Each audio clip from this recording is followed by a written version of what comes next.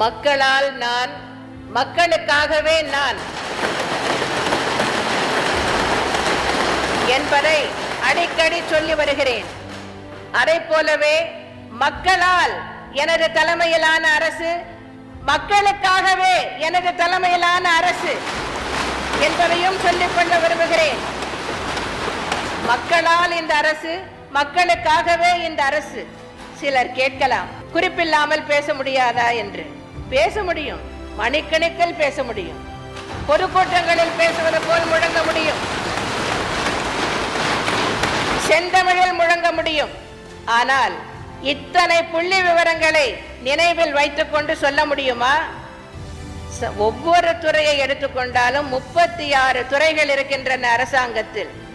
ஒவ்வொரு துறையை எடுத்துக்கொண்டாலும் நாங்கள் செய்திருக்கின்ற சாதனைகளை சொல்ல வேண்டுமானால் ஒரு துறைக்கு ஒரு நாள் தேவை.